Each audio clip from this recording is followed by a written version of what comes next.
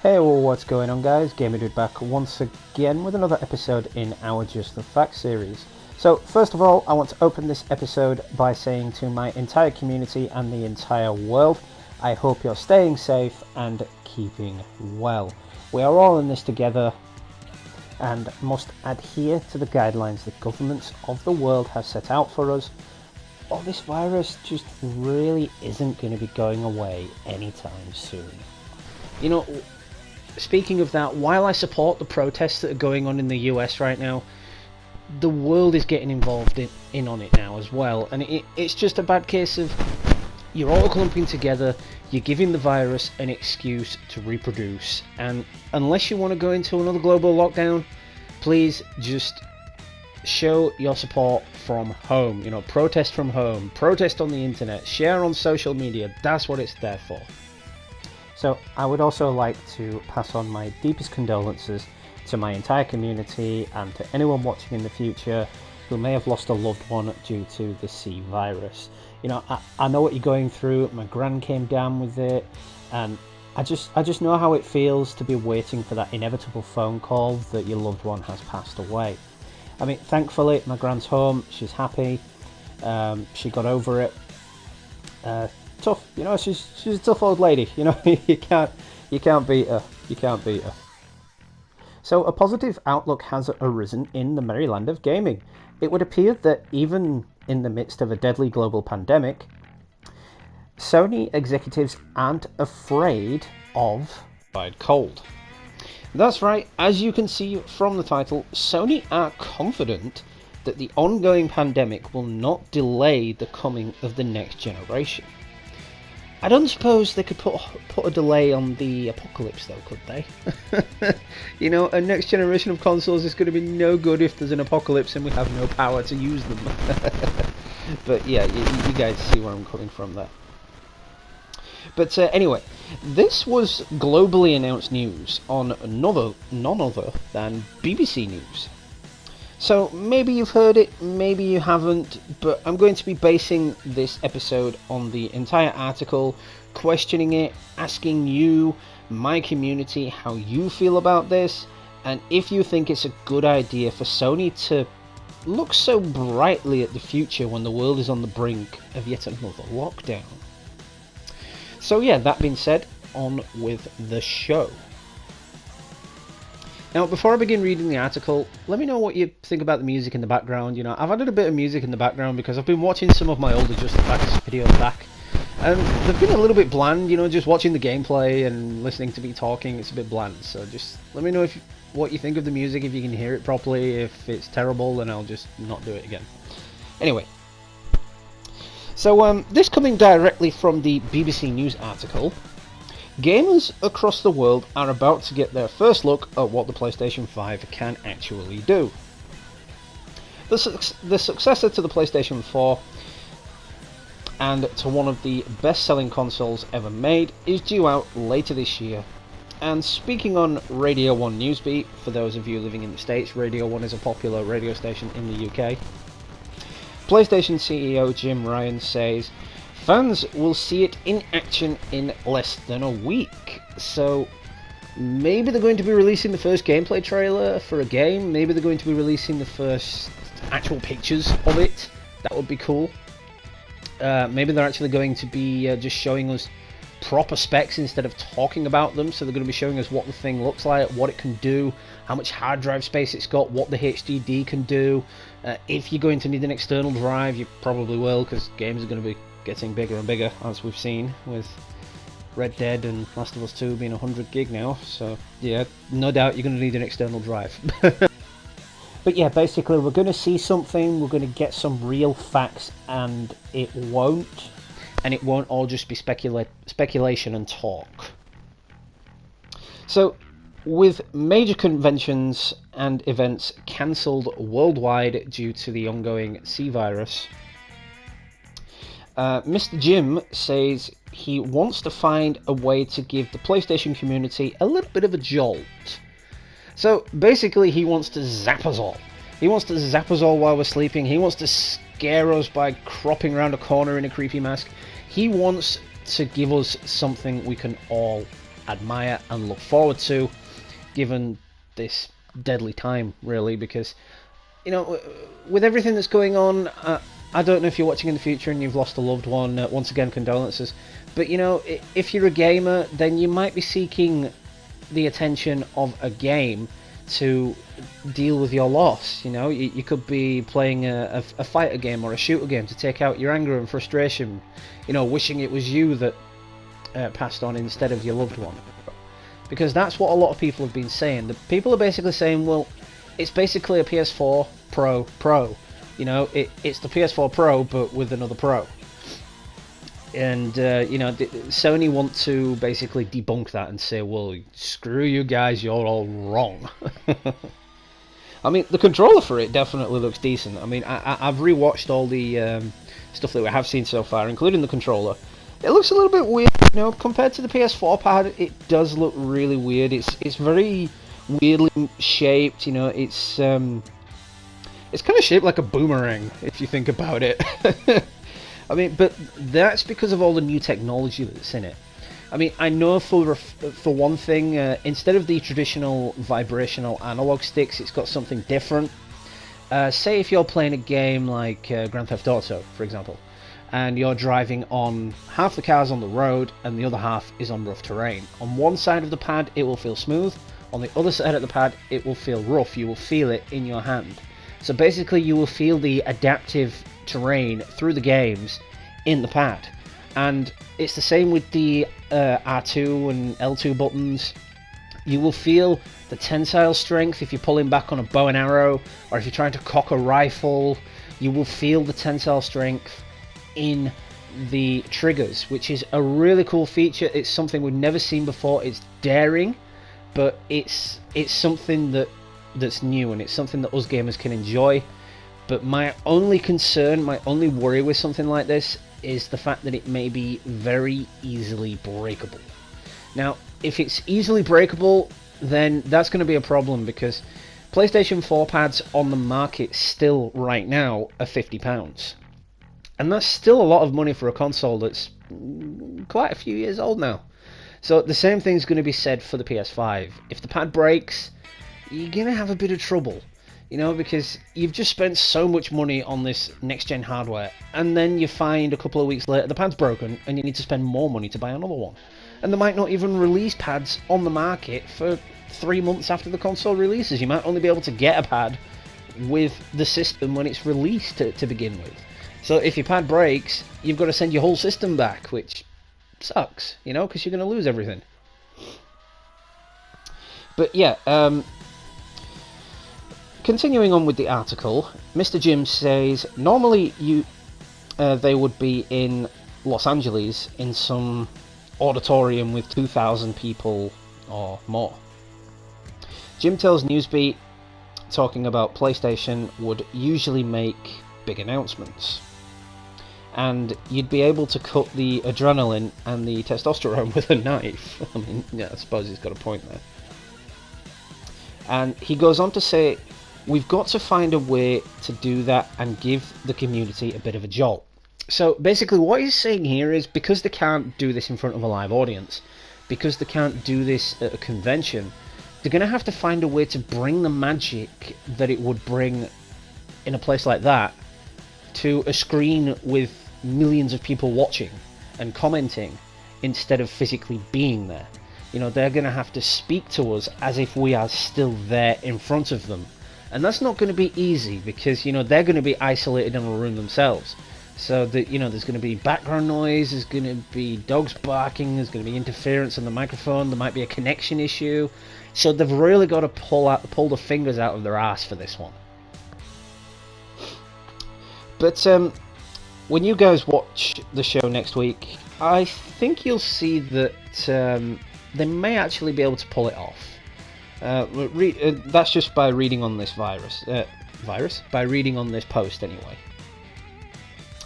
Now, the article goes on to say that 2020 is going to be a big year for the gaming industry, with the new Xbox being released alongside the PS5. There have been reports in a specialist gaming publications that the CV pandemic could have an impact on console release dates and availability. Now, this is what I've been talking about. Like, on the 15th of June in the UK, non-essential businesses are allowed to reopen. So that includes game stores, which is fantastic. You know, that's brilliant. But the problem is, it's too soon. The infection rate in the UK is still rising. Deaths are still way above the hundreds. And, you know, people are being admitted to hospital at alarming rates. So it's a bad case of, are we going to end up back in another lockdown? Like maybe, I don't know, a week or two after the stores reopen? We just don't know yet, because obviously we can't see the future, you know? And looking with some skepticism, I don't think the stores are going to stay open for very long. So it's going to be very difficult for any like retail business really to remain open, to keep that social distancing going. I mean, it's going to be difficult for them, because people pick up game boxes, people look at the back of game boxes, people go into stores, they pick up coat hangers, they look at the clothing, they try on the clothing, and it's just not going to be possible, you know, because it's a global pandemic, you know, and this virus, it survives on anything, any surface for days, and it's just going to be impractical to open the stores and keep them open for as long as this is going on. So I know the consoles aren't due for release until at least December, but think about it. If we keep going back into lockdown, coming out of lockdown, going back into lockdown, and that keeps rinsing and repeating, then it could very well go into next year. And unless you've digitally pre-ordered this and it gets sent to you via a care package, then how are you going to get one? Because a lot of people do prefer to go into the store and buy it, because you know those hoarding a-holes that pre-order mass bundles of them and then triple the sale value on eBay or something are the a-holes that prevent most gamers from getting collector's editions. Trust me, I know all too well. But anyway, Mr. Jim is very confident that this won't be the case, and they'll be able to commence retail sales and online sales as normal. He goes on to say, it's obviously introducing a level of complexity any business would prefer not to have to deal with. But we're feeling really good about the supply chain. We're going to launch this year and will be global. But see, that's contradictory, because they postponed The Last of Us 2 for that exact reason, for shipping. So if this pandemic is going to be ongoing for the release of those consoles, who's to say that we won't have the same issues when it comes to the release of the consoles? That there'll be an issue with shipping and they won't be able to get it done. Just saying, you know, I'm just speculating there, but you never know. But it's clear to me, in this gamer's opinion, we're also keen to know how much the console will cost. But nothing has been confirmed, but it does appear that the pandemic will not affect the console's price, so it would be as you'd expect. So because the world's economy is in shambles right now because of the virus, you'd expect them to bump up the price to insane rates. But it would appear that it's going to be normal. It's going to stay as it is, which is cool, you know, which is a breather, you know. It's a sigh of relief for us gamers. But for PlayStation, 2020 was supposed to be dominated by the build-up of these new consoles, but instead it's turned out to be very different for Sony and their team. You know, whether it's hardware engineers who can't get into China because of the C virus and still having to be finalizing prototypes with the 200 plus suppliers, then you know you've got to think, is it going to be ready? You know, because if they're having trouble testing prototypes, what's that tell you? I mean, well, it tells me that it can't be done. But, you know, as I said, I'm going to be talking to you guys about it. What do you guys think? Let me know in the comments. But Jim goes on to say, our software engineers, or the people who make games, everybody's just rolled their sleeves up and got on with it, which you have to respect, you have to admire. They're still continuing to work. He goes on to say, we're going to launch this holiday. We're going to have a global launch. We won't release periodically, it's going to be global. And we're feeling good about things. So is that a wee bit too much confidence on Sony's behalf, or are they just winging it? You know, are they just so confident that this new console is going to be so great that they can get it released even in the midst of a global pandemic and make the money that the PS4 and PS3 made when they first released? But, you know, the coronavirus in many ways has had some benefits for the gaming industry.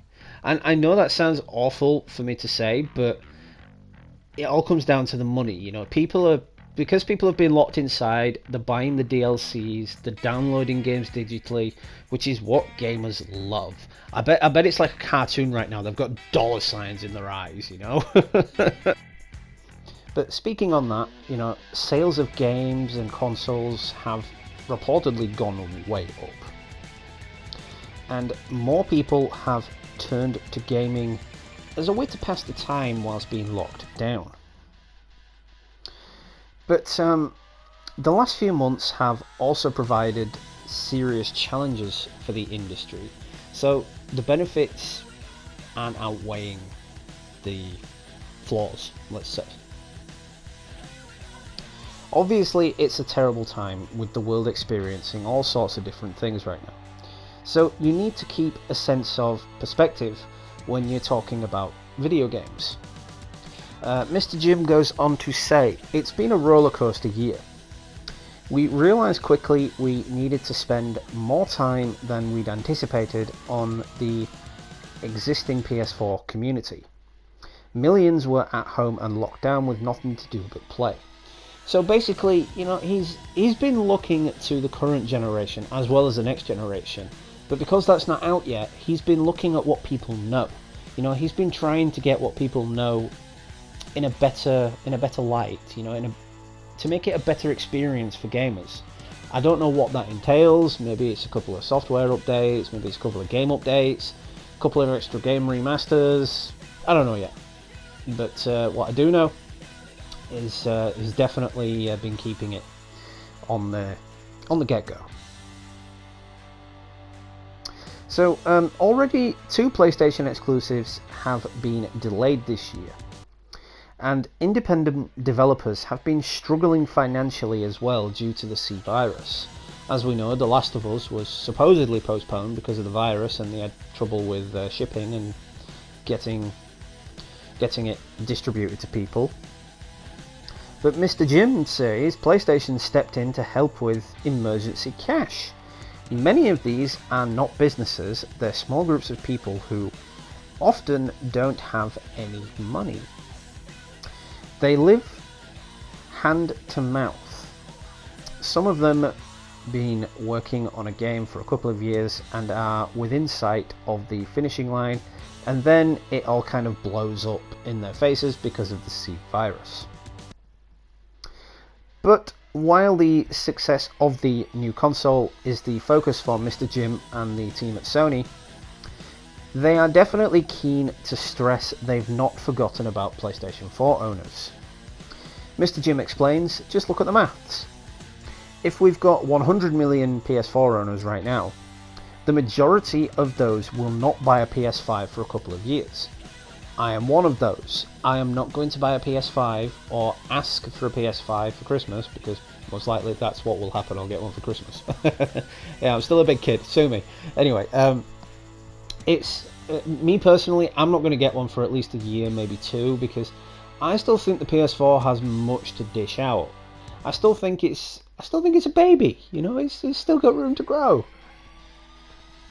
But Mr. Jim goes on to say, it's our responsibility and it's an opportunity to keep serving them great gaming content and keep them happy. So by them, I assume he's saying us, the gaming community, the PS4 community. I think the events of the last 2 months have really just focused on mind and opened our eyes to just how real the opportunity is.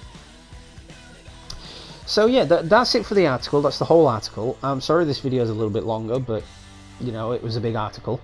So let me know in the comments what you guys think. Do you think the pandemic will definitely delay the launch of the next gen systems? I mean, because Microsoft and Sony seem a little bit too confident about this whole thing, you know. We are on the brink of another global lockdown because of what's happening in the States with all the protests over that police officer literally strangling that African American man to death. It's causing a great breeding ground for the virus. The same thing's happening over here in the UK. We're protesting the lockdown. We're protesting the same thing that the Americans are protesting with the African American man being strangled to death. Can't see why we would be protesting that because it was a different country, but whatever. Anyway, my point being, we are so deadly close to a second worldwide lockdown. I mean, look at what happened to China, to Korea. They lifted their lockdowns, and immediately after there was a second wave. But did they implement their lockdown again? No, they just kept going as normal, so it was allowed to reproduce. And in fact, it will still be reproducing because they still haven't put themselves back into lockdown, which is moronic. But, you know, as I've been saying the last couple of weeks, it all comes down to economy over human life. But before I turn the end of this video into a philosophical debate about the virus, I think that's about it for this episode then. So I really do hope you guys enjoyed it, and I hope I expanded your gaming knowledge and gave you an inside look into the next generation. So yeah, shout out to all subscribers, old and new. Can't thank you all enough for the continuous support and views of my content. You guys really enjoy the Sims videos, so I'm going to keep those coming. I'm also going to do a couple of live streams at some point as well, because I've got my my toothache handled. You guys know, if you've been frequent viewers to the channel the last couple of weeks, I've had an agonizing toothache which I couldn't do anything about because the dentists were closed, and I seem to have performed some self-surgery and managed to sort it myself. So, you know, touch wood, fingers crossed, it's all good. But of course, if you are new to the channel and enjoyed this video or any of my other content, make sure you smash that like button and drop me a subscribe. I always sub back to new subscribers, and I do try to view any content you may be producing. So that being said, this has been Just the Facts with yours truly. Happy gaming, and I will catch you all in the next one, guys.